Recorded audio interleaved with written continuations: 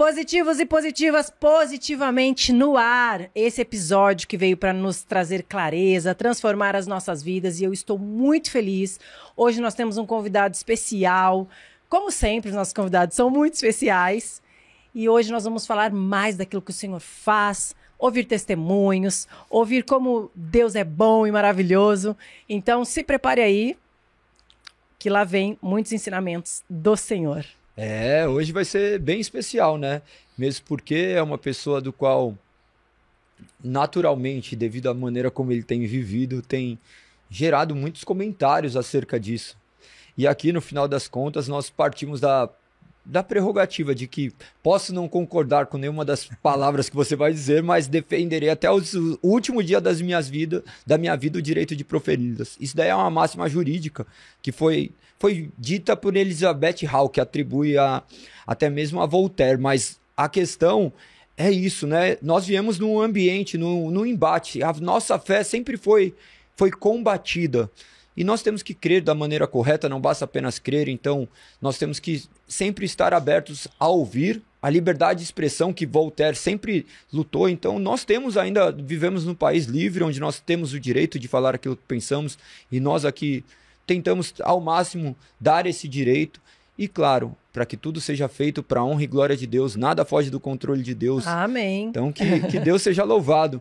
Nós temos hoje, eu tive a oportunidade de conhecê-lo pessoalmente hoje, né? Apertar a sua mão, e que hoje seja um dia edificante para a honra e glória de Deus, né? Que possamos proclamar o Evangelho, falar da graça redentora de Cristo Jesus, que o nome do Senhor seja louvado. E nós temos aqui um amigo, né? Um amigo de profissão, porque ele também é advogado, tem alguma idade um pouquinho a mais que eu, escutei algumas coisas já conversando. Não tá com tão ele longe aqui. assim não, viu?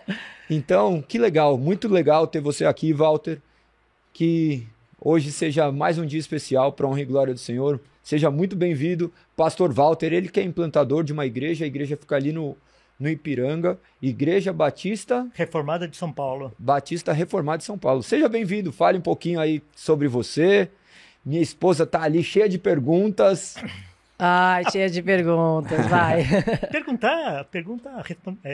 é a coisa mais fácil que tem. Difícil são as respostas. Muito obrigada, viu? Seja muito bem-vindo, Walter. E vamos começar esse podcast você falando pra gente quem é o Walter. Apenas um rapaz latino-americano. Sabe que eu me identificava, quando eu era até pré-adolescente, né? Que essa música fez muito... Adolescente. Essa música aí fez muito sucesso em 73, 74. Nossa, como eu me identificava com essa música. Apenas um rapaz latino-americano, sem dinheiro no banco, sem parentes importantes. De quem que era? Belchior. Belchior.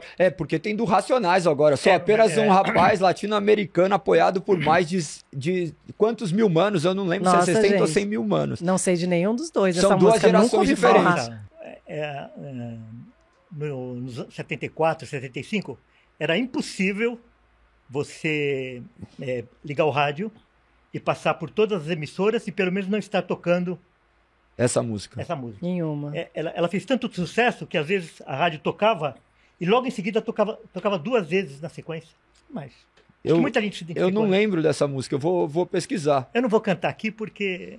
Vai que você tem essa habilidade. Nenhuma, zero. Sou ignorante. Bem, deixa eu falar um pouquinho. Eu tenho 65 anos, sou casado há 40 com a mesma mulher. 40 anos? Casado com a mesma mulher. Nós temos 2 filhos, o Gustavo, que é o mais velho, o Guilherme, que é mais novo. Quantos anos? O Gustavo tem 36 e o Guilherme tem 33. O Guilherme é pastor lá na Igreja Batista Reformada de São Bernardo do Campo.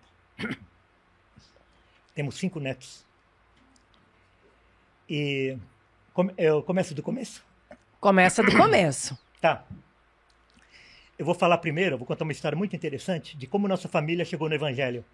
Porque meu pai vem de origem católica e minha mãe de origem espírita. Inclusive, ela foi batizada no espiritismo e tal. E meu pai, quando ele era menino, ele morava numa fazenda de colonos italianos, fazenda de café na Alta Sorocabana, no interior de São Paulo.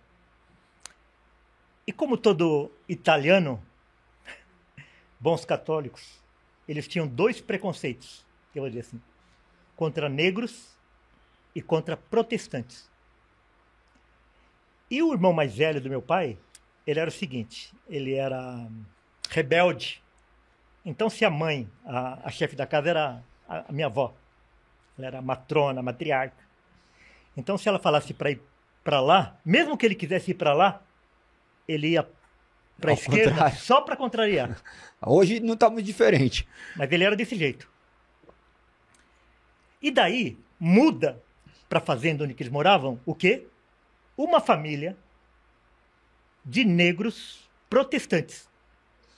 Tudo o que eles não queriam contato nenhum. Então, assim que eles mudaram... Isso daí há quantos anos atrás? Então, quase 100 anos atrás, né? Meados de 1800? Mais ou menos 40, os anos 40, talvez. Ah, anos 40. Pensei que era já, porque a primeira geração é seu pai, né? Não... Meu pai era adolescente. Uhum. Quer dizer, chega lá, uma família então de negros e protestantes, o que a minha avó reúne a família e fala? Não quero contato, não quero ninguém em contato com essa família. Agora, meu tio, que fazia o contrário, justamente porque ele era rebelde, o que ele foi fazer? Fazer contato com a família. Só que chegou lá, ele começou a perceber que a família tinha uma dinâmica diferente que ele estava acostumado. Convidaram ele para ir na igreja e ele foi. Quando minha avó descobriu, já fazia algumas vezes que ele tinha ido na igreja, ela pegou e proibiu ele de ir na igreja. Ele chegou lá, foi avisar lá na época era um missionário que estava fazendo o trabalho lá na igreja, e ele foi falar lá que ele não ia mais na igreja porque a mãe dele tinha proibido. Você vê que ele já tinha sido convertido, porque ele, em outras épocas, ele não ia fazer nem conta. Mas agora a mãe proibiu e ele foi lá avisar o missionário que ele não ia mais na igreja. Então o missionário pegou e perguntou assim para ele: eu posso ir na sua casa falar com a sua avó, com a sua mãe? Pode. E daí o missionário foi lá falar com a minha avó, se apresentou e tal. Falei assim, mas por que a senhora não quer deixar mais seu filho ir na igreja? Ah, não, nós já temos a nossa religião, não tem necessidade de procurar uma outra religião, não sei o que lá, e pá. Ele falou assim, eu só quero fazer uma pergunta para a senhora. Depois que ele começou a ir na igreja, ele melhorou ou ele piorou? Eu falei, não, ele melhorou. Falou, então a senhora decide. O que a senhora vai fazer? Ah, então tá bom, eu vou deixar ele ir, né? Você viu? Olha a sabedoria. Ela fez uma pergunta para ele. Ele melhorou ou ele piorou? E através dele, então, toda a família conheceu o Evangelho. Depois de uns anos, meu pai veio para São Paulo. Quando ele veio para São Paulo, a minha mãe foi visitar a igreja através de uma amiga. E lá conheceu o meu pai, conheceu o Evangelho. Eles se casaram. Então foi nesse ambiente que eu nasci, né? Meu pai já era evangélico, a minha mãe também já era evangélica. Eles se tornaram evangélicos antes de casarem, né? Então, eu e meus irmãos, a gente já nasceu nesse ambiente. Então foi, assim, o primeiro contato que a gente teve com o evangelho foi logo que a gente nasceu. Eu quase nasci na igreja, né? Porque eu nasci de domingo para segunda. A minha mãe entrou em trabalho de parto depois do culto. E era muito diferente o evangelho há 60 anos atrás, né? 65 anos atrás. Vocês ficavam no culto mesmo durante o... Durante o culto. Sim, durante o culto. Como que a gente fala que eu ia falar ontem sobre... que você pediu para ele explicar? Como assim? Nós não temos cultinho. Tá. Não existia esse negócio de cultinho infantil. Isso daí é uma... construção moderna. Moderna. Paulo Freire, Jean Piaget. Piaget. Tirar. Quer dizer, Jesus fala assim, deixai vir as minhas criancinhas. Então, quer dizer, as crianças elas devem ter prioridade no culto. Daí o que as igrejas fazem? Vamos tirar as crianças aqui porque elas atrapalham. Mas e quando as crianças vão no cultinho, por exemplo, para ouvir a palavra? E lá também tem palavra? As pessoas queriam impedir as crianças de ouvirem a palavra de Jesus, e Jesus repreendeu. O culto, a adoração em Israel era para todas as crianças. é uma grande ignorância a gente achar que as crianças não ouvem. Lá na igreja, nós temos uma ficha de acompanhamento de culto. Então, a criança chega na igreja, ela recebe uma prancheta com uma folha e lápis para colorir. E lá tem algumas perguntas que ela vai responder durante a mensagem, né? Então, elas acompanham, é uma maravilha. Você ouve assim o que as crianças pegam da mensagem, nem os adultos pegam. Então, Deus falou o Espírito Santo falou com Samuel, quando ele era criança, com Jeremias, com João Batista. É uma dó que fazem com as crianças hoje, né? Tirar do ambiente do culto. Porque quem é que vai negar que Deus fala de uma maneira diferente no culto? Se a gente negar isso, que Deus fala de uma maneira diferente, especial no culto, a gente não vai fazer mais culto. Deus não fala diferente na pregação? Claro que fala, é diferente. Nós cremos que é o próprio Deus falando à sua comunidade. E você vai tirar? Então, quer dizer, não tem problema nenhum ter... na escola bíblica eles terem uma classe especial, ter os eventos especiais, então. Mas, no culto, lugar de criança é do lado dos pais assistindo o culto. E você cresceu nesse ambiente? Você cresceu daí dentro deste ambiente? Então, aí vê só. Nos anos 60, que foi o meu primeiro contato, né, com a igreja, é completamente diferente do que era hoje. Então lá, você aprendia a fazer algumas coisas, deixar de fazer algumas coisas, ter um determinado comportamento, um determinado vocabulário. Se você preenchesse aquilo, você era considerado crente. Então você não bebe, você não fuma, você não fala palavrão, você vai na igreja, você é batizado, você é crente. Você não quer confrontado. Agora é o seguinte, qual a consciência de pecado que vai ter uma criança que não fala palavrão, que não rouba, que não fuma, que não bebe? Então, era um evangelho, assim, fundamentalista de comportamento. Muito da herança que veio com os primeiros missionários batistas do sul dos Estados Unidos para o Brasil. Então, crente não bebe, crente não fuma, crente não fala palavrão, crente não pratica sexo fora do casamento, você é batizado e frequenta a igreja e pronto. E não é muito diferente do que hoje ainda eles acreditam ser como evangelho, né? Não é muito diferente, tanto que... Mudou um pouco.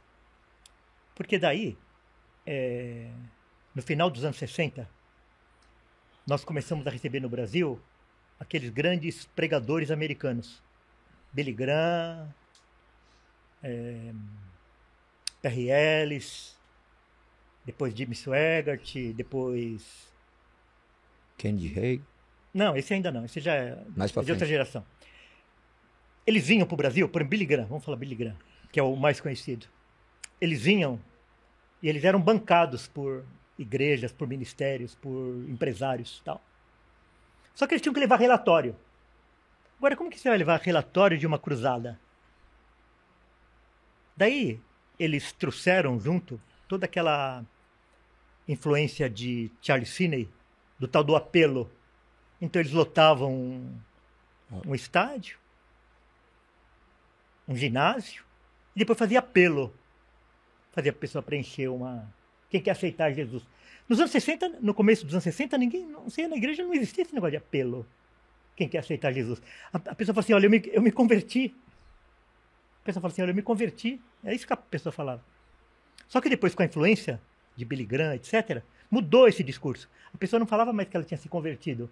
Ela começou a falar que ela tinha aceitado Jesus por causa dos apelos.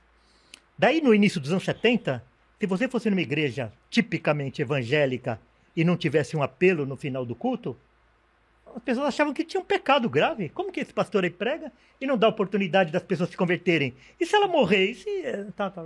Então, daí, deixou de ser o comportamento tão forte como era antes e passou a ser, o evangélico passou a ser aquele que tinha aceitado Jesus. Aquele que tinha levantado a mão, ido lá na frente, preenchido uma ficha. Ah, entendi agora a sua linha de raciocínio. Perfeito, entendi. E isso está presente em todos os lugares. Então, quer dizer, a pessoa está na prostituição ainda, você vê? Fazendo filme pornô, mas ela aceitou Jesus. Ela está no carnaval, mas ela aceitou Jesus. Então, você pergunta, por que você é salvo? Ah, porque eu aceitei Jesus. Então, hoje, as pessoas não confessam mais a Cristo. Elas confessam elas mesmas. Sim. Porque eu alguma coisa. Isso é um desastre dentro da igreja. Sim. Essa camiseta aqui, ó. Só. É o resumo da Reforma Protestante. Só. Só as Escrituras. Só a graça. Só a fé. Só Cristo. Glória somente a Deus. Você iniciou falando isso daqui. Que Cristo seja glorificado, que Deus seja glorificado. Então hoje, isso daqui foi abandonado dentro da igreja hoje. Hoje, basta a pessoa falar que ela aceitou Jesus, que ela crê em Jesus, ela é considerada irmã e o restante mais não importa. Então daí, eu passei por essas duas fases. A primeira, e depois, quando eu era adolescente, que meu pai resolveu mudar de igreja, a gente já foi para uma igreja desse tipo aí, de fazer apelo, etc, tal. E eu fiquei nessa igreja mais uns 12 anos. Seu pai que decidiu mudar, teve alguma razão em especial? Porque meu pai era um pastor leigo também. Uhum. Ele não era... ele é bivocacionado assim como eu. Uhum. Então eu aprendi esse negócio de ser bivocacionado com meu pai. Meu pai também era bivocacionado. E a igreja era muito simples. Explica o que é bivocacionado pra galera, para que às vezes o público leigo assistindo não vai entender o que é um pastor bivocacionado. Então a gente tem que sempre comunicar, às vezes talvez de maneira um pouco mais clara, para aquelas pessoas que talvez chegaram até aqui agora, não conhecem nada sobre isso que nós estamos falando. Nós entramos em alguns assuntos que são bem primordiais. Eu acho que era legal a gente até explicar o que era vocacionado. Vocacionado não é aquele dom que você tem, aquilo que você gosta de fazer. Vocacionado é você ser chamado para fazer alguma coisa, independentemente se você sabe ou não, independentemente se você gosta ou não. Perfeito. Jonas foi vocacionado e ele não queria fazer. Gideão, ele foi vocacionado e não queria fazer. Moisés foi vocacionado e não queria fazer. Jeremias, se digo que nunca mais proferirei tua palavra é como fogo que queima meus ossos. Jeremias 29. Só que ele foi vocacionado, quer dizer, ele foi chamado, né? Vem daquele verbo italiano, né? No latim, vocare. Né? Então, o bivocacionado é a pessoa que é chamada para exercer duas ou mais atividades. Então, eu sou um advogado e também, como advogado, eu fui chamado para ser pastor. Sim. Né? Então, eu exerço as duas atividades paralelas. Hoje menos, hoje já estou em final de carreira como advogado, mas ainda exerço. Nessa época que você frequentava a igreja com seu pai, você era de acordo com a liturgia do culto e tudo não mais? Tinha, nessa época, na primeira fase da minha vida, eu não tinha ainda esse incômodo. Eu não tinha esse incômodo, porque... Não tinha entendimento. Eu era imaturo, não conhecia nada. Agora, nessa segunda igreja que eu fiz parte, que daí eles adotaram, assim... de corpo e alma, esse decisionismo, esse adesismo que você se tornava um cristão quando você levantava a mão e aceitava Jesus, daí começava a questionar, porque é o seguinte, fazia apelo, ia 20, 30, 40 pessoas na frente. Às vezes a mesma pessoa ia 1, 2, 3, 4, 5, 10 vezes, ficava a vida inteira aceitando Jesus. E depois ia passando o tempo, eu falei assim, cadê aquelas pessoas? Aquela pessoa lá, ela mudou o comportamento, ela mudou o vocabulário dela, ela mudou a rotina dela, mas ela não mudou, ela continua sendo a mesma. Ela dava cheque sem fundo antes e continua dando cheque sem fundo. Ela era linguaruda e ela continua sendo linguaruda. Ela era maledicente e continua sendo maledicente. Mas ela mudou o vocabulário dela, ela mudou a roupa dela, ela mudou o costume dela, mas ela aceitou Jesus. Então daí isso começou a me incomodar, só que eu não tinha resposta. Não pode Você ser. já estava quantos anos aí, mais ou menos? 25. 25 anos. Já tinha ingressado no direito, já tinha feito a Não, faculdade? estava fazendo. Eu iniciei, eu tinha 86, tinha 26, 27. E eu pegava e... Tem uma coisa errada, hein? Não pode ser isso. Só que eu não tinha resposta. E também não se aprofundava para compreender, ou não tinha recursos. Não, em 80 não tinha recurso suficiente, não tinha internet, não tinha nada. Não tinha... Mas e a Bíblia? Mas então, a Bíblia também não é. Mas vê só, aquele incômodo já estava no meu coração. Né? Aquele incômodo já estava no meu coração. Você já tinha lido a Bíblia? Sim. Em 86 já tinha terminado de ler a Bíblia inteira? E quando porque- você falava isso pro seu pai, ele falava o quê? Não falava nada pro meu pai, falava pra minha mulher. Ah, pra sua mulher. Um dia eu cheguei pra minha mulher, porque aquela igreja praticamente nasceu na casa da minha mulher. Aham. Era uma igreja grande, com mais de 1000 membros. Tipo assim, não existia... A igreja era tão assim, considerada, tão tradicional, que tipo assim, muita gente achava que não tinha salvação fora daquela igreja. Quando eu falei que eu ia sair de lá, como você vai sair daqui? Como? Todo mundo quer vir pra cá e você quer sair? Um dia que eu cheguei pra minha mulher, falei, vem, vamos sair daqui. O quê? Sair daqui? Falei, não aguento mais isso. Eu não aguento mais isso. Mas o quê? Falei, não aguento mais isso.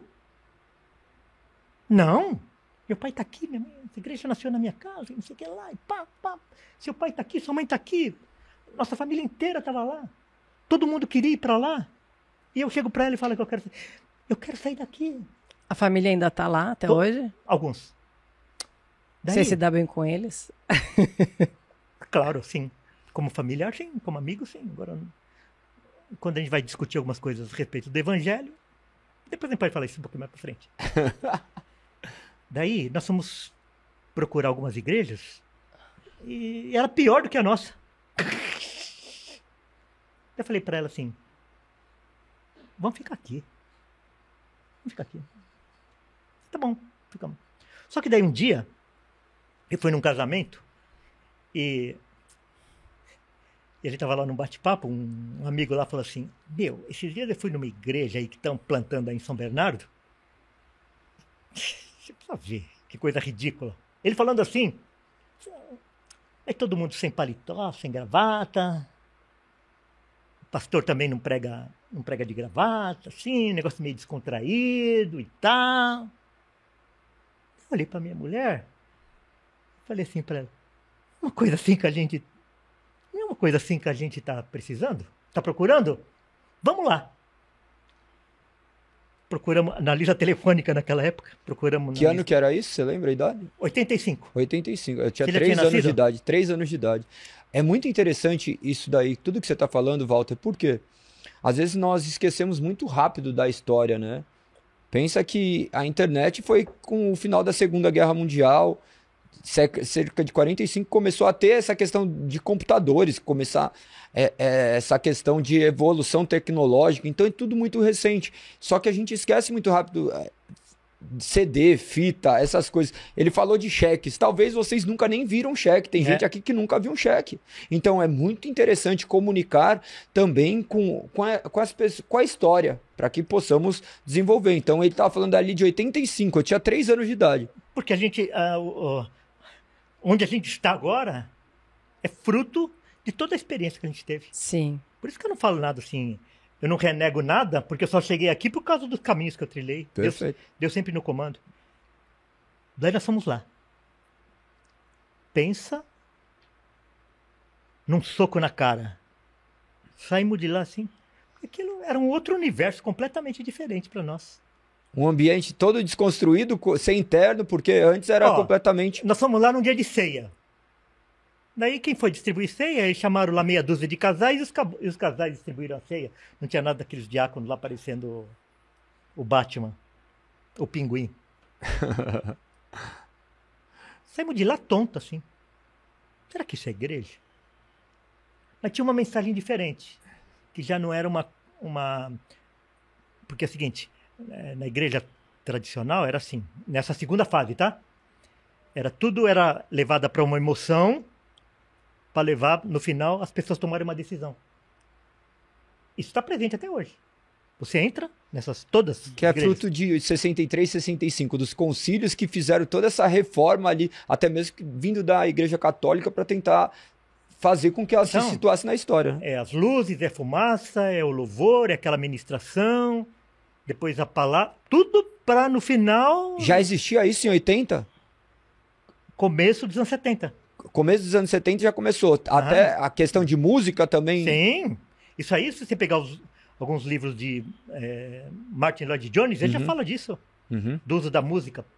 Então hoje, as igrejas, no geral, não todas, mas no geral, elas têm essa formatação aí. Então você entra, já tudo está direcionado para você se emocionar, para no final você tomar uma decisão de dar dinheiro, de levantar a mão, de batizar, assim. Uhum. Nós íamos lá, porque o culto era um pouquinho mais cedo, e depois a gente ia na nossa igreja. A gente ia na nossa igreja de manhã, depois à tardinha ia nessa igreja, que era uma plantação da Igreja Batista do Morumbi. Uhum. Daí, nós pegamos, ia lá e depois ia no culto da nossa igreja. Então a gente ia em 3 cultos no domingo. Isso foi em 85. 3 cultos no domingo? 2 na nossa igreja de manhã, depois à tardinha ia nessa igreja, e depois voltava na nossa igreja. Pra noite. Isso em 85. Daí chegou no final de 85, a gente decidiu mudar lá para essa igreja aí. Nessa época que a gente foi ser membro da Igreja Batista do Morumbi. Uhum. Porque essa igreja aí era uma plantação da Igreja Batista do Morumbi. Nossa, que legal. E O lá, Lisânias, que já era... eu não sei. Eu sei que naquela época, quem fazia parte lá da equipe de presbíteros lá do Morumbi era o Ari Veloso, Luizite, Guilherme Kerr. Eu não conheço. Então nessa época aí que eu conheci os Vencedores por Cristo, o Milad. Caio Fábio, acho que era de lá também. Não. Não, Caio Fábio era presbiteriano. presbiteriano. Mas antes a Primi falou que ele era lá do Morumbi. Ah, é? Não sei. Não sei também, não tenho certeza. Ela pode ter se confundido, porque o que eu saiba sempre foi presbiteriano. E ele era do Rio de Janeiro É. também, nunca sei de São Paulo. Daí nós fomos lá, e lá era diferente. Lá não tinha esse negócio de apelo, lá não tinha esse negócio de... Ela não tem ainda, até hoje, né? nessa igreja, porque ela pegou uma característica diferente do Morumbi. Aham. Mas daí, ela começou a ser influenciada lá na nossa igreja pela espiritualidade cristã clássica. Não sei se você já ouviu falar nisso. Não, nunca ouvi falar. Porque quando você não tem Cristo, quando a igreja não tem Cristo, ela sempre vai ser influenciada por algum movimento. Sempre. Se não tiver Cristo, você tem que colocar alguma coisa para que as pessoas sejam atraídas e para que elas sejam fidelizadas. Sempre. E depois eu comecei a perceber que lá também não tinha Cristo. Não que não se falava de Cristo, não é isso. Porque se não falar nunca de Cristo, aí também você não engana ninguém. Uhum. Então lá era muito valorizado assim o coração da pessoa, a intenção da pessoa, se ela está se sentindo bem, se ela está sendo acolhida. Daí ela foi altamente influenciada pela espiritualidade cristã clássica. Henry Nouwen, muitos pais da igreja, James Houston, e algumas figuras aqui do Brasil, que eu não vou citar o nome, não. Sem Cristo. A espiritualidade cristã clássica, assim, olha que interessante. Falei, tem alguma coisa errada aí. Tem alguma coisa errada aí. Falta alguma... E eu não sabia o que era. Olha que coisa. Mais uma vez você se sentiu incomodado.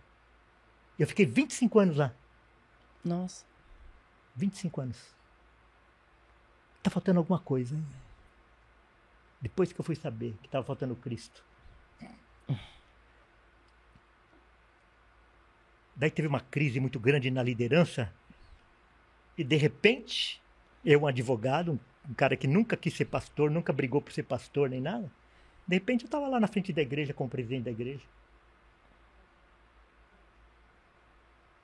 E depois nós trouxemos um pastor de fora que fazia parte lá da equipe do Morumbi. Ele veio para nossa igreja.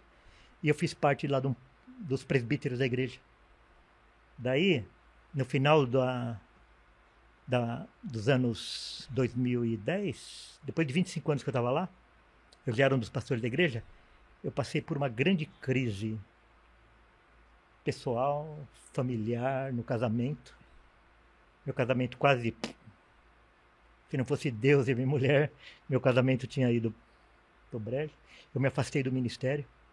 O que você acha que deu origem a isso? O quê? Essa crise. Essa crise. Você consegue identificar hoje? Claro! Você nasce podre. Você nasce podre. Todo mundo nasce depravado. Você pode ficar com uma casca lá a vida inteira, mas o homem podre está lá dentro. Eu tenho uma frase seguinte, que de pertinho todo mundo é feinho. cara criado na igreja, todo mundo admirava. Charlie Nunca falava Chaplin falava algo parecido. Lembra que ele falava que a vida é uma comédia se vista de longe e uma tragédia se vista de perto. Isso aí. E daí... Nunca nasceu de novo, você faz, tá aberto a fazer qualquer Então coisa. você acha que naquela época ali que seu casamento estava quase ruindo, ainda não tinha ocorrido essa regeneração? Claro que não. Eu tinha me conformado lá no... Porque você começou a ter vontade de viver o mundo, sair Não, da igreja? Não, isso aí não. Isso não. Mas você pode viver isso mesmo tendo dentro da igreja. Você pode viver algumas coisas do mundo mesmo tendo dentro da igreja. Ué. Tá cheio de gente aí, cheio de pastor, cheio de escândalo aí. Daí eu me afastei do ministério, fui lá pro banco. Um dia, eu estava indo pro escritório, tinha ido almoçar. Estava indo pro escritório. Você sabe o que é o teu telefone? Naquela época não tinha WhatsApp, não tinha nada. Mas já tinha celular. O teu telefone tocar o dia inteiro, e no dia seguinte ele não tocar uma vez? Sabe o que é isso? Tive essa experiência. Lotado de amigos, no dia seguinte praticamente não tem mais ninguém. Culpa minha, mas não tô... Por conta de? Hã? Por conta do seu afastamento. Do meu pecado? Né? Por conta do meu pecado. Tá, mas aconteceu algo daí pra isso? Pra que eles parassem de te ligar? Não Claro, entendi. porque quando eu confessei o meu pecado, Ah, você confessou o seu pecado. Publicamente na igreja, Você pode etc. contar o que era? Sim, eu traí a minha mulher, né? Sabe? E você admitiu isso na igreja ou Sim. você foi pego? Porque é diferente ser pego do que confessar. Não, assim, o meu filho pegou uma situação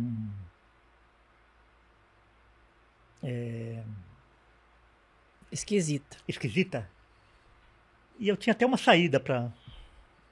Advogado sempre tem uma saída, né? A moça era da igreja. Hã? A moça Não, era da igreja? Não. Ah, não. E eu tinha uma... Mas porque você carrega um peso, sabe? De todo jeito você carrega um peso. Ou todo mundo achando que você é santo. Isso é um peso terrível. É. As pessoas acham que você é santo. E daí, na hora que eu fui confrontado, eu falei, mas... E aquele caso, na realidade, que pegou ali, eu nem conhecia a pessoa pessoalmente. Nem conhecia, não tinha tido nada com ela. Mas eu na hora que apareceu aquela ponta lá, eu falei, não, é só isso aí mesmo. Eu nem falei que não conhecia a pessoa, era um e-mail, sabe? Nem conhecia a pessoa. Não. Foi que ano? Final, uns 15, 16 anos atrás. 15, 16 anos atrás. De fato, então, você não tinha encontrado essa pessoa, não tinha se relacionado com ela nem conhecia pessoalmente. intimamente. Não. Mas E eu você já denominou como traição.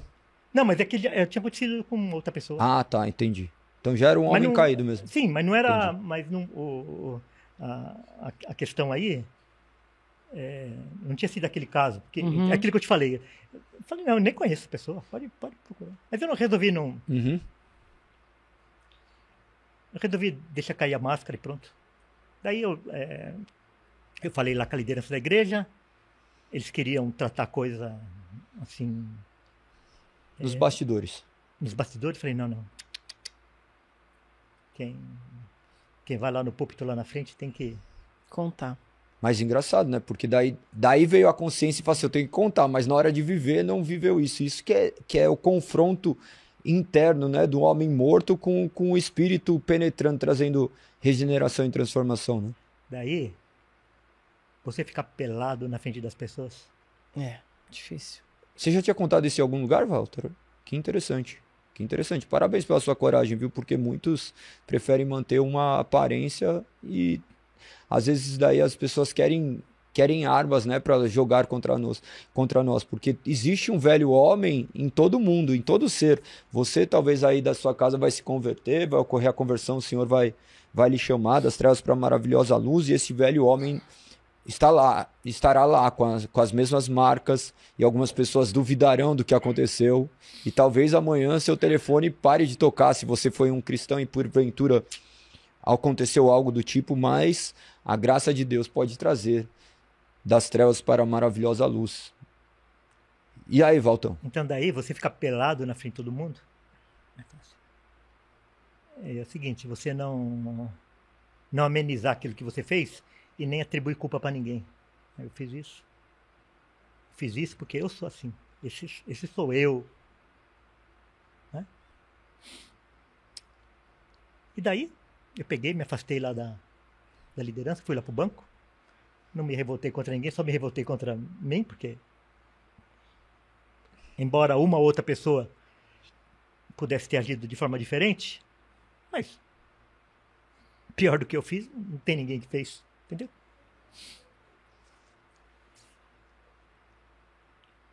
Daí foi passar um ano e tanto, um ano e meio, quase. Mas daí você não se separou? Não. Sua mulher te perdoou? Sim. E como foi o relacionamento mediante isso? Sua mulher, lógico, crente, te acolhendo isso, exercendo o perdão, porque hoje está muito em pauta isso, porque usam justamente o adultério, às vezes adultérios que não chegaram nem a ser consumado, é simples não, que nunca é simples, né? Mas como que foi lidar com tudo isso? Ela não tinha obrigação nenhuma, né? Sim, claro. Ela tinha toda a justificativa. Sim. Mas a gente se amava,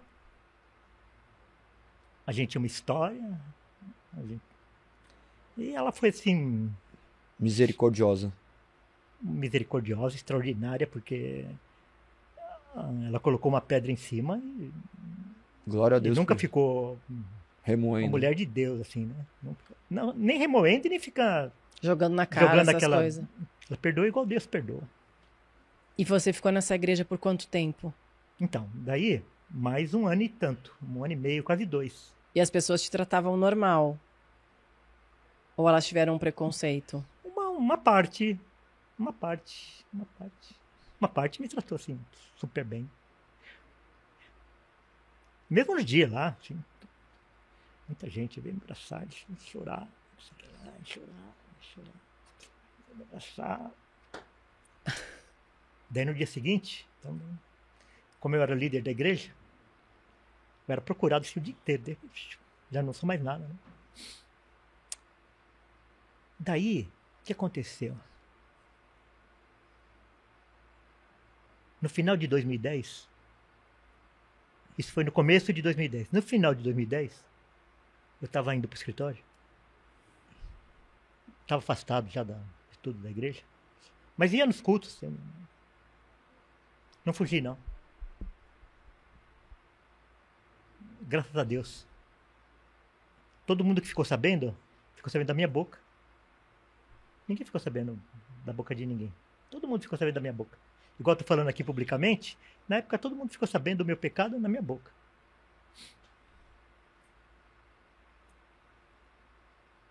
No final de 2010, então, um dia, eu estava indo para o escritório e falei assim: Senhor, fala comigo. Eu estou me sentindo tão seco.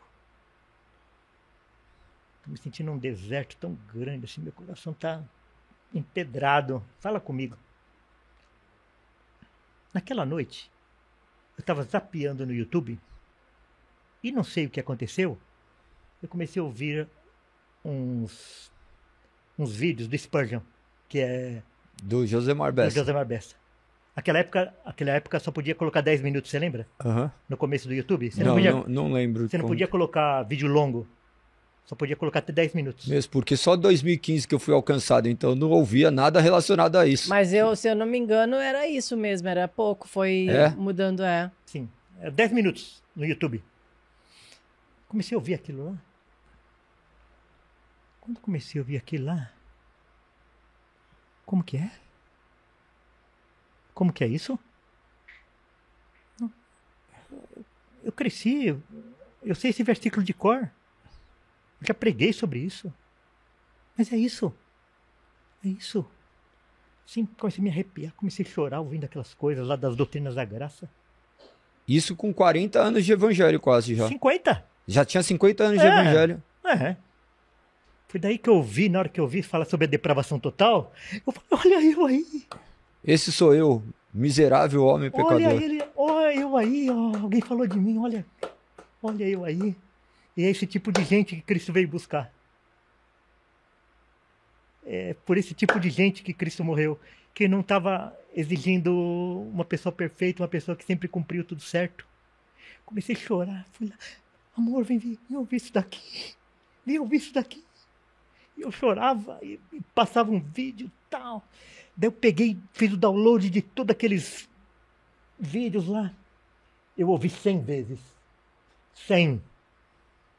Aquilo lá, uns 20 vídeos falando das doutrinas da graça, da depravação total, da expiação limitada, da perseverança dos santos, da Eleição incondicional. tudo aquelas coisas assim. Coisa assim. Da graça irresistível maravilhosa. do Senhor que Eu entrava no carro e viajava. Meu filho falou assim para minha mulher: mãe, eu não aguento mais o pai ouvindo essas coisas. Parece nossos filhos. Hã? A minha filha, tudo que... o Galego para, às vezes, vê as pessoas na rua e ele para ajudar. Daí a minha filha, esse final de semana, falou assim, vocês não podem ver ninguém tropeçar, que vocês já querem parar para ajudar, não aguenta mais. E ali, então eu falei que na realidade Cristo me encontrou, né? Ali eu era um pecador que estava precisando de salvação. Antes não, eu era tudo certinho, horas. Você não conseguia enxergar essa... Claro, porque você se adequa a um estereótipo. Não, pra mim eu entendo muito bem, só que eu vivi uma vida completamente depravada, então eu me identifico muito. Você falando, pra mim retrata muito a minha história, só que de um lado completamente oposto. Eu me manifestei ateu, né, porque fazendo direito, você começa a estudar direito canônico e você fala, olha aí, a lei de Italião antecede justamente a Torá. Aí você fala assim, ó, bem antes já tinha aí a lei olho por olho e dente por dente, sempre existiu. Então eu entendia que os dogmas cristãos eram meramente repetição de um comportamento do passado para instituir uma sociedade. Mas quando a gente se depara com esse ser humano completamente depravado, alcançado pela maravilhosa graça, que te tira das trevas para a maravilhosa luz, é um choque, é um impacto, né? Eu imaginava ter uma vida bela, Valtão. Eu olhava e falava assim, tinha uma vida que todo mundo queria ter. Tinha meu carro, tinha minha família, tinha meus filhos já. Para mim, não queria casar, não queria nada. Até que apareceu...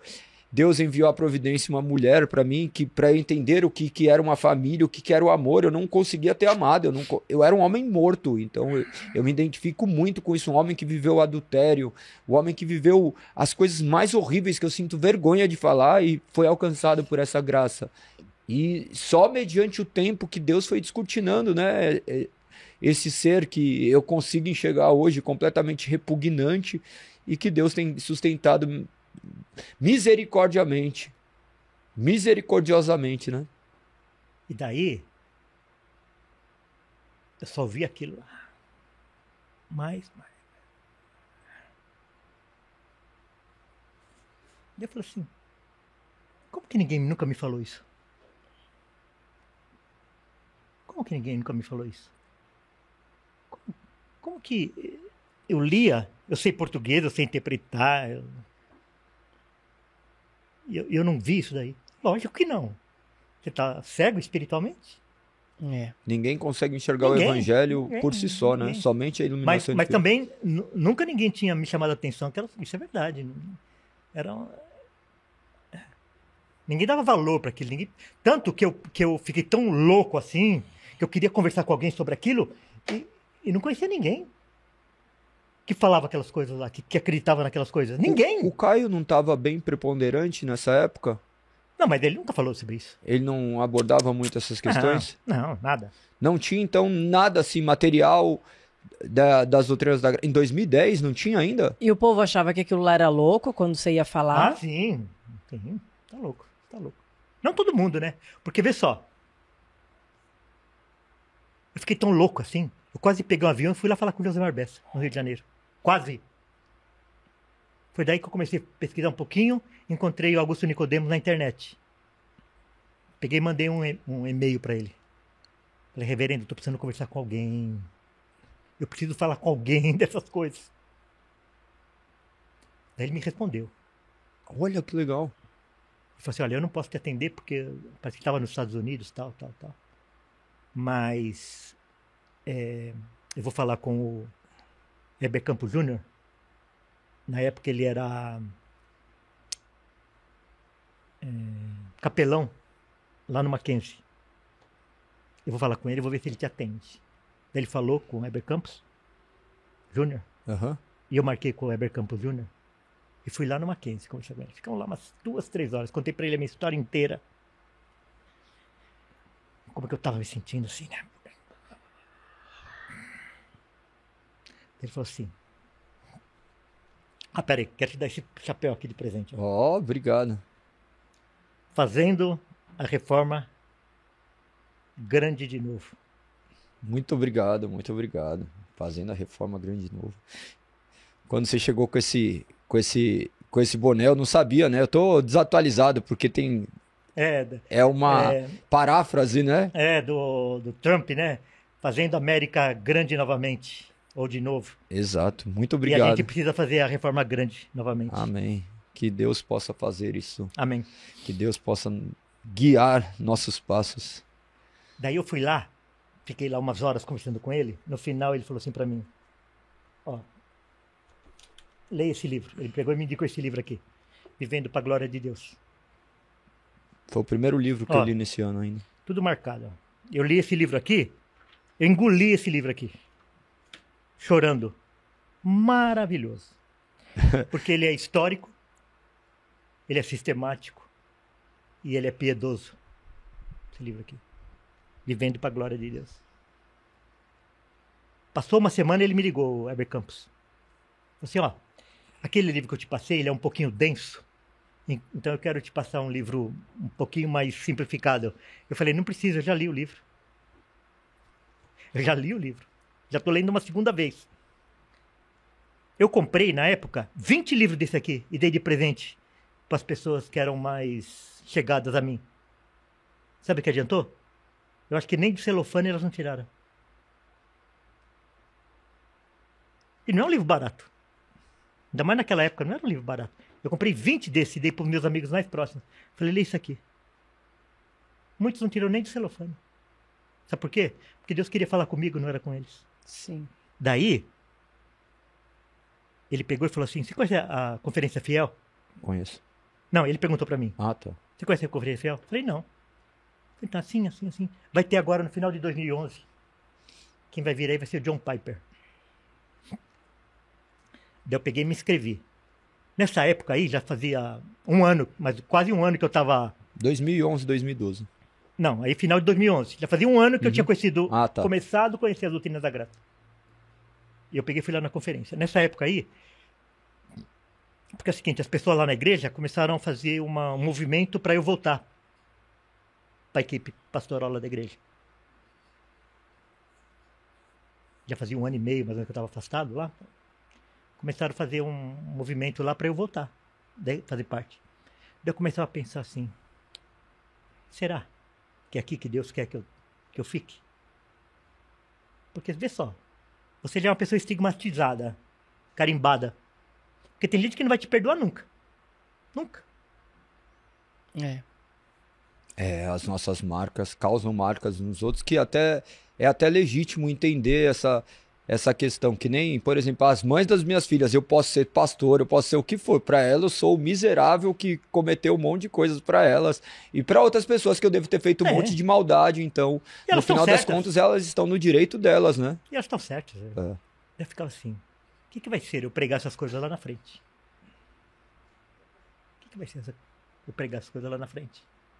E eu também não queria briga. Não queria brigar, não queria entrar numa disputa lá, votar lá, a igreja votar, se era para eu votar, se não era. Daí você tem 50 mais 1%, você volta. Não, que isso? Igreja não é isso. Uhum. Igreja não é democracia. Igreja não é democracia. Igreja não é maioria.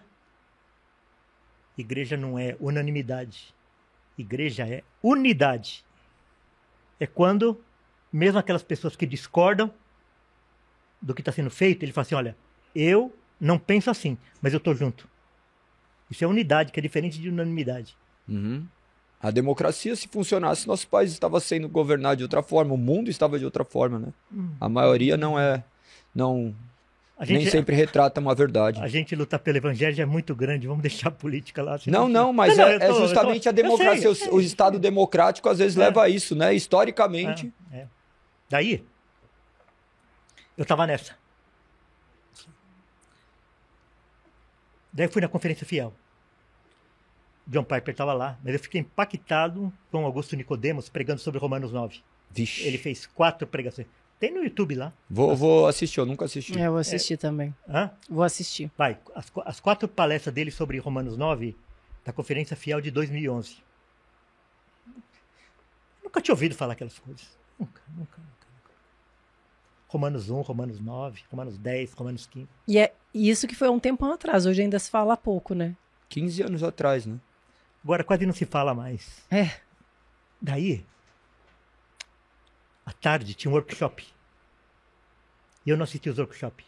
O Franklin Ferreira fez um workshop sobre o papel da doutrina reformada na evangelização mundial.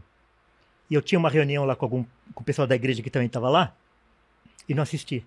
Só que eu comprei os DVDs da conferência inteira. E daí eu estava vindo... Você mergulhou de cabeça, Deus te colocou ali de... Daí, eu estava no carro, eu peguei e coloquei aquele workshop do Franklin Ferreira.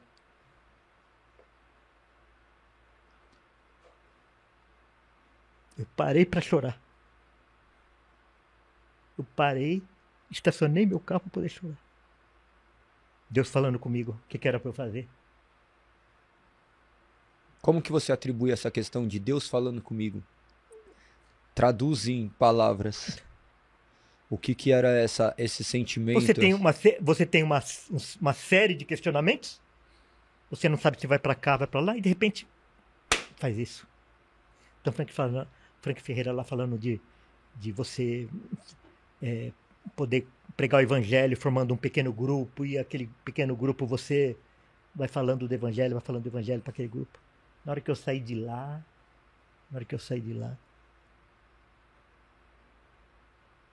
na hora que eu acabei de ouvir aquilo lá, eu falei, já sei o que eu vou fazer. Peguei todos meus clientes, parente, amigo, pessoa que estava desigrejada, e formei um grupo de estudo bíblico, de terça-feira. A gente também era de terça. No primeiro grupo, na primeira noite, tinha 20 pessoas nesse grupo aí. Foi passando. Dali a pouco chegou assim, ter 50 pessoas nesse grupo aí. E eu falando do evangelho, sem falar nada de... Monergismo, sinergismo. Nada dessas palavras técnicas, só evangelho. Uhum. Apresentando as doutrinas da graça sem os termos técnicos. Perfeito. Falando. Daí, eu falei assim, vou plantar uma igreja. A nossa igreja era lá em São Bernardo. Eu falei, mas vou lá para São Paulo. Vou fazer em São Paulo isso. Não vou chamar ninguém da igreja. Não quero dividir igreja. Não vou fazer na esquina de baixo, porque é quem Deus mandar. Daí, desse grupo de terça-feira, eu chamei algumas pessoas e nós começamos a nos reunir aos domingos. Quando eu anunciei lá na nossa igreja que eu ia sair, quando eu falei que eu ia sair, nessa igreja que eu fazia parte lá, Uhum.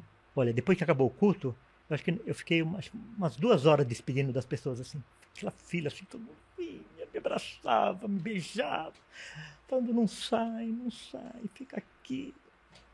E você não falou por que você ia sair? Não, falei Vou implantar uma igreja e você... fazer uma outra coisa. Tá. Mas não fiz na esquina e não chamei ninguém da igreja. Não chamei ninguém. Não queria esse negócio. Daí, no começo de 2013, nós fizemos o culto inaugural da igreja. Umas 40 pessoas. Que é a Igreja Batista Reformada de São Paulo. E então agora nós estamos 12 anos, né? 12 anos nós fizemos agora. E pregando o evangelho, assim, uma igreja simples. Igreja simples. A gente não está vendendo nada. Só tem Cristo, só. Nosso culto só tem Cristo. Os louvores é para Cristo, as orações é para Cristo, a mensagem é para Cristo. Depois que encerra o culto, na hora que encerra o culto, daí a gente vai fazer aviso, orar por uma criança, orar por um casamento, apresentar um casal, mas tudo depois do culto. O culto é só para Cristo. Apresentar visitante, abraçar visitante, mas tudo fora do culto. Simples assim, uma liturgia super simples. E nós já, nesse período de 12 anos, a gente já plantou ou revigorou 9 igrejas. Então hoje nós fazemos parte de um grupo de 10 igrejas. Todas independentes, né? Porque Batista é independente, ele não fica... Mas hoje a gente já está num grupo já de 10 igrejas, assim. E aí os seus filhos seguiram... Então, aconteceu o seguinte, que a minha mulher é psicóloga, uma excelente psicóloga. E o que mais impactou ela foi ela se deparar com a tal da depravação total. Ah, é mesmo, porque as correntes Então, para ela... de pensamento não... Para mim, o que mais me impactou, o que eu mais me identifiquei foi com a depravação total, porque me desnudou, assim, na frente do evangelho. Você é esse cara sou eu, ok? Explica de maneira breve para as pessoas entenderem o que é essa depravação Então, radical, essa depravação total, né? Tá. Porque o ser humano tem dificuldade, que nem assim como você teve lá, você não enxergou isso e depois quando trouxe a definição, você fala assim, exatamente, eu sou isso. Até a questão do vocacionado, como foi dito, Então, a depravação total é que quando nossos pais pecaram, Adão pecou, o ser humano, ele foi infestado, vamos dizer assim. Ele teve toda a sua natureza infestada pelo pecado. Então, não significa que nós somos 100% caídos, que nós somos 100% incapazes, que nós somos 100% depravados, mas significa que todas as partes da nossa vida estão influenciadas pelo pecado. Então, o nosso físico é caído, as nossas emoções, as nossas vontades, o nosso casamento, os nossos relacionamentos, tudo está influenciado pelo pecado. Então, nós não temos nenhuma área na nossa vida que é pura. Agora, não significa que todas as áreas nós somos caídos 100%, não. Mas todas as partes da nossa vida, todas as facetas da nossa vida são influenciadas pelo nosso pecado. Então nós temos pecado em tudo que a gente faz, é influenciado pelo pecado. Os nossos atos de generosidade têm ambição, têm barganha. Às vezes é difícil de compreender isso porque nós não enxergamos, né? Naturalmente, nós não sabemos a razão que fazemos o que fazemos. Então, Deus sonda nossos corações, sabe? Por isso que a gente precisa confessar até o nosso arrependimento. Porque até o nosso arrependimento é pecaminoso. Até nosso arrependimento, é verdade. Até nosso arrependimento é falho. Uhum. É. E daí sua mulher se deparou com a doutrina com a depravação total? Ela se deparou com a depravação total e depois ela foi também compreendendo quando ela se deparou com isso também. Qual foi o choque para ela da depravação total? Então, porque, pessoal, ela vem de humanas, né? Uhum. Ela é assistente social e psicóloga, você imagina. Uhum. De repente você ser confrontado com essa doutrina da depravação total. Que você parte do pressuposto que o psicólogo, o assistente social, de que o homem tem valor e tal. Foi duro. O meu filho mais velho, ele ficou lá nessa igreja ainda um tempo. Hoje, Uhum. hoje ele já está na igreja de São Bernardo. Mas o meu filho mais novo, que é pastor, o Guilherme, meu pai, esse negócio já encheu o saco, né? Só que um dia ele nadava, sabe? Eu fui buscar ele na natação, ele era adolescente, na época. Eu fui buscar ele na natação e quando nós entramos no carro, lá vem meu pai. Só que na hora que começou a tocar lá a música, entrou o spotzinho do Lutero falando assim, a unidade acima da verdade. Não sei se você já ouviu isso. Não. Então, Lutero, nesse vídeo, nessa pregação, ele fala o seguinte, que não adianta nada você ter uma unidade na mentira. A unidade da mentira não vale nada. O que vale é a verdade. Então, se não tem a verdade, a unidade não vale nada. Então, primeiro a verdade, primeiro o evangelho, a verdade do evangelho, e depois a unidade. Porque quando a unidade vem em cima do evangelho, ela vai persistir. Uhum. Daí ele, então é isso. Então aquilo abriu os olhos dele para todo... Daí ele logo formou um grupo de jovens, de amigos dele, e quando a gente então se reunia durante a semana, e eles se reuniam no sábado à noite, lá em casa, entre jovens. A gente nunca sabe como é que Deus vai falar com cada um, né? Você vê. E é o seguinte, nem se Deus vai falar. Daí as pessoas assim mais perto falam, você está louco, você está parecendo adolescente, você está parecendo aqueles caras que começam a fazer seminário e descobrem essas coisas, daqui 6 meses vai passar, você vai ver. Você precisa ser colocado na jaula. Sabe o negócio da jaula? Uhum. Né? Você precisa ser colocado na jaula. E hoje essas pessoas que continuam com a mesma teologia que você aprendeu lá atrás, como que elas lidam com isso? Então, na realidade, acontece o seguinte, que eu comecei sozinho, vamos dizer assim. E hoje, muita gente conheceu o Evangelho através daquilo que Deus usou, daquilo que Deus fez por mim. Porque eu era sozinho, eu não conhecia ninguém, né? E hoje já tem... Deus utiliza... Sim, claro, claro. E também outra coisa muito interessante. As pessoas me conhecendo, elas não têm vergonha de confessar pecado nenhum para mim. Então, alguém está passando um problema no casamento, a pessoa não... Porque ela sabe quem eu sou, que eu não vou... Sim. Isso é... Sabe que a graça de Deus... Que eu não vou julgar ela, que eu sei... Eu me identifico com ela. Não fala você, fala, não, nossa, você. Quer ver como faz as coisas, né? E daí nós plantamos a igreja.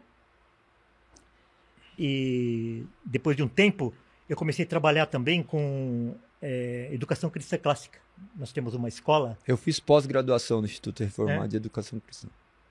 Educação cristã clássica, a gente tem uma escola, eu faço parte de uma escola lá em São Bernardo. A Trinitas? Trinitas.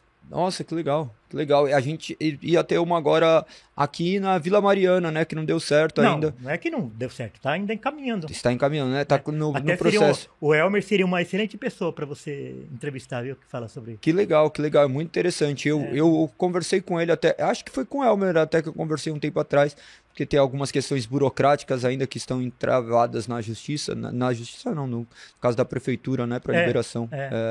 Mas olha que interessante, é muito válido, né?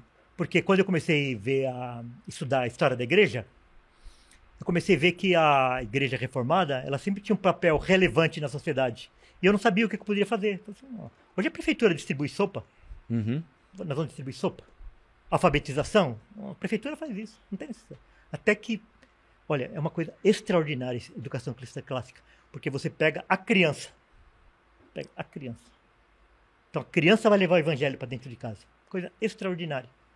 É muito válido. É legal então, mesmo, maravilhoso. Só que passou aí já 15 anos e eu continuo a mesma fera que as pessoas querem enjaular e não conseguem. E esses livros, eles fizeram... Os livros, galera, fazem parte da história, né? Ainda mais hoje que nós temos vivido essa era de relativização da verdade, né? O que é verdade depende do ponto de vista. Isso daí não é verdade, né? Então, eu quando conheci as doutrinas da graça, eu estava falando antes de começar, eu achei que através... Porque as doutrinas da graça, com a internet, ela proliferou muito, né? Então, a internet e o YouTube, principalmente, trouxe as doutrinas da graça. Principalmente a pregação chocante do Paul Washer, que é eu creio clássico, né? Que tenha sido um clássico aí. Você que nunca viu, depois digita só, pregação chocante de Paul Washer. Talvez você seja impactado com essa mensagem, uma mensagem que realmente é bem impactante. Então, que você possa ver. Depois só por curiosidade. Esses livros são os livros que você indica? Os primeiros, né? Porque funciona assim. As pessoas não conhecem história. Não, nós vivemos uma geração que lê menos de um livro por ano. Que nem leram a Bíblia também, a maioria das pessoas que estão menos na igreja, de 5% daqueles que se dizem cristãos leram a Bíblia uma vez na vida. As pessoas pensam que Lutero lutou contra a igreja romana por causa do Papa, por causa da indulgência, por causa do purgatório, por causa de Maria. Isso é tudo assunto secundário na Reforma Protestante. A questão fundamental da Reforma Protestante é o só. Somente a Escritura, somente a graça, somente a fé, somente Cristo, glória somente a Deus. Então, essa palavra, hoje, ela está esquecida, o só. Então, basta a pessoa falar que ela acredita em Jesus, ela é irmão. Ela é atriz pornô, mas ela aceitou Jesus, ela crê em Jesus, é irmã. Qual Jesus que diz crer? Porque muitas crenças professam Cristo, mas não como Deus encarnado, não como nosso Redentor, nosso Salvador. Então isso é muito importante, é muito válido às vezes trazer esse tipo de informação, porque às vezes talvez você fala que você crê em Cristo, mas você sequer sabe, não existe outro Jesus, a não ser o Jesus histórico registrado na Sagrada Escritura. E não é só isso. Quando que a Igreja Romana negou essas coisas aí? Quando que a Igreja Romana negou que Cristo é o Deus encarnado? Quando que a Igreja Romana negou a crucificação de Cristo? Quando que a Igreja Romana negou a ressurreição de Cristo? A ascensão de Cristo? Nunca! Então por que Lutero? Só que não era só Cristo. Era Cristo e mais alguma coisa. Era a Bíblia e mais alguma coisa. Era a graça e o mérito. A fé e as obras.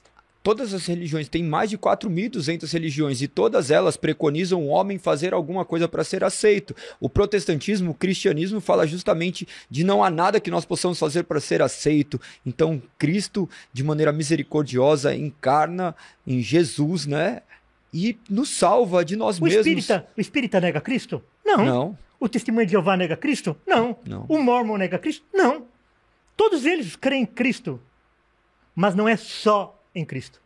Esse que é o problema. Sim. E daí, então, a luta da Reforma Protestante foi pelo só. Daí, Erasmo era o grande amigo de Lutero. Ele era um monge também da Igreja Romana. E depois, já com a Reforma já em evolução, ele escreveu esse livro em defesa do livre-arbítrio. Quando Lutero ficou sabendo desse livro, que Erasmo tinha escrito esse livro a pedido do Papa, a pedido do Imperador e do rei Henrique VIII, Lutero, quando leu esse livro, ficou muito indignado. Ele chamou Erasmo de inimigo da cruz de Cristo.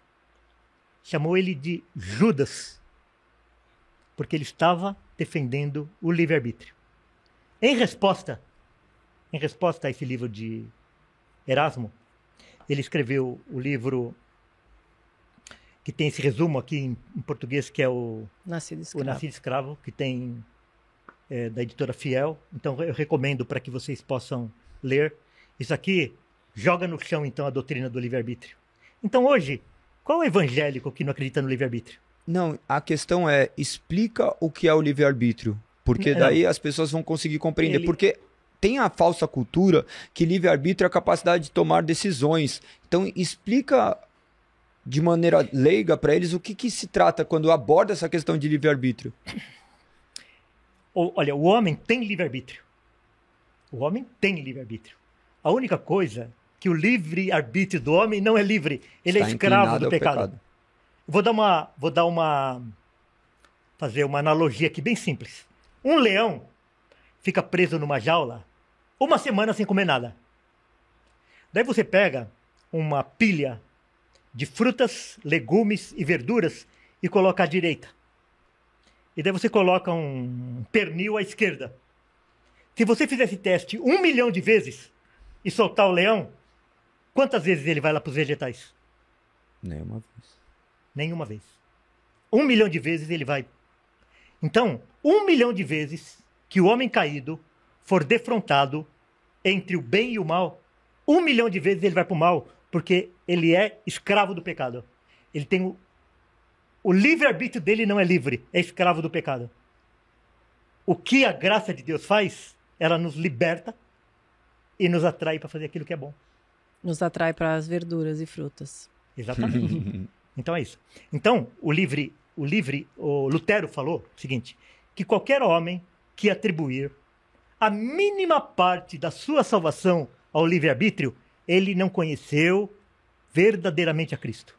É uma obra soberana. Então é o seguinte, hoje em dia, a coisa mais difícil que você tem é você encontrar um evangélico que ele não creia no livre-arbítrio.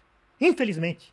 Então hoje, na realidade, a grande parte do movimento evangélico, hoje, ele tem uma liturgia evangélica, um vocabulário evangélico, um costume evangélico e uma soteriologia católica romana. Soteriologia. Soteriologia, galera. explica soteriologia. Porque os termos técnicos, para quem já conhece, é muito simples. Mas soteriologia vem justamente de soteropolitano, quem nasce em Salvador, e é justamente sobre a salvação. Então, Exatamente, coloque aí para... É a parte da teologia que trata a respeito da salvação. Exato. Quem é o homem, quem é Cristo, quem é Deus e o que Deus faz para salvar o homem. Então, é a espinha dorsal da teologia. É o fundamental da teologia. O homem não pode salvar sozinho. Então, hoje, mais de 80% da igreja evangélica, na soteriologia, naquilo que é fundamental, ela não é evangélica, ela não é protestante, ela é católica romana. Que acredita justamente... É que eles não sabem disso, né? A maior parte não. Não sabem. Mas uma parte, principalmente os líderes, eles sabem. Será que eles sabem e entendem errado ou será que eles estão vivendo um engano também? Os dois. Porque é o seguinte, o que acontece? Aconteceu que depois que Lutero morreu, a Igreja Romana, ela convocou o Concílio de Trento, que é chamado Concílio da Contra-Reforma. O Concílio de Trento da Contra-Reforma fez um contraponto ao só. Então daí eles trouxeram lá a graça preveniente, trouxeram lá a expiação universal, perda da salvação, que a pessoa pode resistir ao chamado do evangelho. Tudo aquilo que a reforma estava estabelecendo, estava pregando, o concílio da Contra-Reforma veio para negar a soteriologia protestante. Ok? Uhum. E daí aquilo começou, dividiu toda a Europa, né? Dividiu a Europa, tal, dividiu o mundo cristão. Só que daí, na Holanda, surgiu um professor chamado Jacobus Arminius, e ele começou a trazer novamente, por várias influências que ele sofreu desde menino, ele começou a trazer de volta para a Igreja Reformada algumas doutrinas do Concílio de Trento. Não assim abertamente. Quando ele estava falando abertamente em público, ele defendia a confissão belga, o catecismo de Heidelberg. Só que quando ele estava na sala de aula, é mais ou menos o que os professores fazem hoje. Uhum. Eles pegam os alunos e começam a fazer a cabeça dos alunos. E Armínio fez isso. Ele começou a trazer de novo as doutrinas católicas romanas do Concílio de Trento para dentro da Igreja Reformada da Holanda. Depois que ele morreu, foi convocado o Sínodo de Dort para discutir com os discípulos de Armínio a respeito daquelas proposições deles que eles queriam mudar alguns artigos da Confissão Belga e do Catecismo de Heidelberg. Foi aí no Sínodo de Dort, que teve os cânones de Dort, que eles estabeleceram, que eles decretaram que as doutrinas arminianas dos remonstrantes é uma heresia, é contra o Evangelho. São doutrinas católicas romanas. Apontando completamente contra o que apontava para a reforma. Mas hoje ninguém mais quer saber disso. 1618, 1619. Uhum. Aquilo que já está registrado. Não se trata de um debate, né? Se trata justamente do que já foi estabelecido na história. Já está... Sim, mas tem uma tática que é você reescrever a história e redesignar os termos. E a perda do vocabulário, né? George Orwell, 1984. Então hoje, por exemplo, assim, hoje eles querem reescrever Dort. Uhum. Eles querem reescrever Dort porque é o seguinte. Ele fala assim, não, mas Dort falou que o arminianismo é um erro, não é uma heresia. Ué, erro? Quer dizer que um caminho errado vai te conduzir ao destino certo? Então, quer dizer, daí você pega e você redesigna o que significa erro para dizer que erro é diferente de heresia. Para quê? Para amenizar aquilo que Dort falou. E quando Dort falou, o erro lá era no sentido de heresia. Tanto que falou que eles trouxeram aquelas doutrinas do inferno. Eles usaram isso daí. Eles ressuscitaram aquelas doutrinas do inferno. E hoje eles querem redesignar os termos. Ou então, o que significa ser neocalvinista? Ou hipercalvinista? Eles querem redefinir o que significa hipercalvinista. Porque o que é hipercalvinista?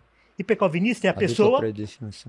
Não, hipercalvinista é a pessoa que ele crê na soberania de Deus de uma forma deturpada, que acha que Deus vai fazer tudo sem utilizar homens. Ok? O hipercalvinista é isso. Então ele acha que Deus vai salvar pessoas, que Deus vai transformar pessoas, que Deus vai trazer um avivamento para a igreja sem a participação humana. Então ele Cruza os braços. Ele cruza os braços, não evangeliza ninguém, não planta igreja, não trabalha. Fala, não, Deus vai fazer tudo. Se Deus já elegeu as pessoas, ele vai salvar essas pessoas. Isso é hipercalvinismo. Agora, hoje, para eles, hipercalvinista é aquela pessoa que fala que arminianismo é heresia. E não é. Hipercalvinista não ora, hipercalvinista não estuda, hipercalvinista não evangeliza, hipercalvinista não pastoreia a igreja, hipercalvinista não contribui, não faz missões, não planta igreja. Hipercalvinista não faz isso. E Owen, o que Owen pensava disso? Que é os... Então, ó, só para você ver o título. Um livro também, um clássico. Contra o arminianismo e o seu ídolo pelagiano livre-arbítrio. Por que o arminianismo é pelagiano? Tem uma doutrina dentro do arminianismo chamada graça preveniente. Já ouviu falar? Já. A graça preveniente é uma graça prévia que Deus dá. Daria, né? Porque não existe isso. E essa graça preveniente, ela habilita o homem a receber ou negar a Cristo. Então a graça preveniente, ela torna o homem um pelagiano. Porque o que é o pelagianismo, se não aquela doutrina de Pelágio, que Pelágio debateu com Agostinho, né? Que Pelágio falava que o homem nascia neutro. O homem nascia neutro, tanto para receber como para rejeitar Cristo. E a graça preveniente é uma doutrina pelagiana, porque com a graça preveniente, o homem fica neutro. E isso, as pessoas acham que isso não impacta no cotidiano, na aplicação prática do evangelho. Qual é o problema? Qual é o problema?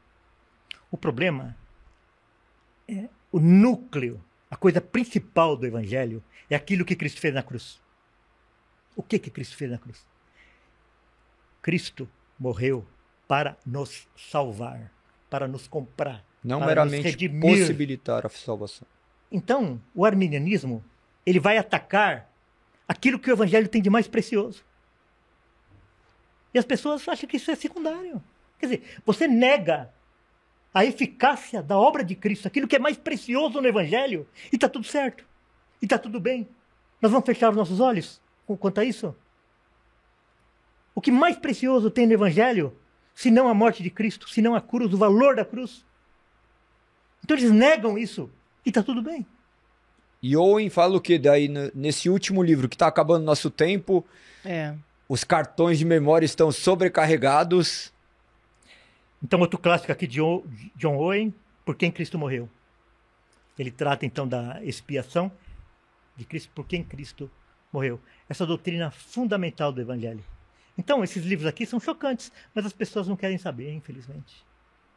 Mas com certeza vai ter gente em casa que vai se interessar, vai comprar e vai ler. Claro, Né? porque Deus tem os seus eleitos e Ele nos usa as circunstâncias mais diversas. E tem sua forma de trabalhar, né, que a gente não imagina. Muito aprendizado. Muito interessante ouvir um pouquinho da sua história, muito legal saber coisas que talvez poucas pessoas sabiam, né? Você ter coragem e hombridade, às vezes, para desabafar o que para algumas pessoas pode ser uma arma contra você. Para Cristo é o poder de Deus, né? É o poder de Deus que se manifesta em homens fracos, falhos, pecadores, do quais nós deveremos olhar para nós como os piores dos pecadores. Nós temos um presente aqui, Walter, nós agradecemos o presente convite. do Positivamente, obrigada por ter aceito o nosso convite. A melhor coisa é quando a gente não tem reputação a zelar. Foi crucificada, né? Quando o objetivo da nossa vida é apenas pregar Cristo e esse ressuscitado. E lembrar aquelas palavras de Paulo, né? Porque Cristo veio ao mundo para salvar os pecadores, dos quais eu sou o principal. Então, quando a gente se encaixa nisso, e eu sou o principal. Amém. Nós terminamos, Walter, com 5 palavras, as palavras do quais todos os programas nós falamos. Creio que você se identifica muito com elas. Você pode responder com uma frase, com uma palavra, com um pensamento. Creio que essas 5 palavras fazem parte da sua vida. A primeira palavra é Escrituras. Só a Escritura. Segunda palavra é graça. Só a graça. Não os méritos. Terceira palavra é fé. Somente a fé, não as obras. Quarta palavra, Cristo. Somente Cristo e nada mais. Não a sua participação. Quinta palavra, Deus. Glória somente a Deus. Glória não a homens, não a instituições. Que Deus seja glorificado. Gostaria de orar para terminar. Amém. Glória a Deus por tudo que tem acontecido, que toda a honra seja dada somente a Deus, aquele que é autor e consumador de todas as coisas, que Ele possa direcionar você a entendimento, você que está aí na sua casa, a crescer em conhecimento, que você possa mergulhar cada vez mais na palavra e buscar dentro das Sagradas Escrituras a resposta, porque dela emana toda a verdade, de nós só temos a mentira, nós somos seres depravados que constantemente nos enganamos em nossos pensamentos, mas nós cremos que a palavra de Deus restaura e transforma o homem. Que Deus possa alcançar a sua vida. Eu convido você a ter esse momento de oração, a se colocar no momento de oração, ter este momento de oração. Às vezes nós ficamos fantasiando que se trata de uma oração. Oração é uma conversa com Deus. Oração é o momento do qual nós nos sujeitamos ao Rei dos Universos e colocamos todo o nosso ser submissos à sua soberana vontade. Que você possa orar comigo. Senhor, nós te agradecemos, Pai. Agradecemos por ter nos trazido vida. Nós agradecemos por ter tido misericórdia da humanidade, Senhor. O Senhor legitimamente poderia destruir toda a humanidade, mas tu escolheste salvar. Por intermédio do teu Filho, Cristo Jesus, Pai. Que aqueles do quais o Senhor morreu desde antes da fundação do mundo, mediante a pregação fiel da sua palavra, possam ser despertados, como o Senhor prometeu que seria, Pai. Que eles possam conhecer a verdade os libertar de si mesmos. Que eles possam deixar para trás o velho homem, que o Senhor possa efetuar a obra santificadora mediante o poder que há no teu Santo Espírito. Nos guia ao caminho da verdade, que tudo que foi dito aqui não sirva para contendas, mas sim para a honra e glória do seu próprio nome, mas que toda mentira seja refutada e todo engano caia por terra, Pai, porque mediante o poder e o agir do teu divino Espírito Santo, a luz brilha em meio à escuridão. Nós oramos por essas vidas que estão vendo este episódio, seja em qual tempo for, mas que seja dado somente honra e glórias a Deus, Criador do universo. Nós te agradecemos, Pai, e oramos em nome do único mediador entre Deus e o homem, Cristo Jesus. Que assim seja, Pai, para toda a eternidade, o nome de Cristo exaltado e de Deus glorificado. Amém. Amém. Amém, amém. Mais uma vez, Walter, obrigada por ter aceito o convite. Amor. Mais uma vez. Minha mulher quer que eu faça assim, Walter. O que eu faço? Tem que fazer, né? A mulher fala. Vai chegar... Não vai brigar por essas coisas. Não, são coisas secundárias. O que custa fazer assim, essas são coisas secundárias. Que o nome do Senhor seja louvado. Obrigado, Walter. Tamo junto. Lembre-se de compartilhar o episódio, seguir o canal e deixar seu comentário aqui embaixo. Siga o Walter. Siga a gente para ouvir da palavra do Senhor. Grande beijo e até o próximo episódio. Beijo! Beijo!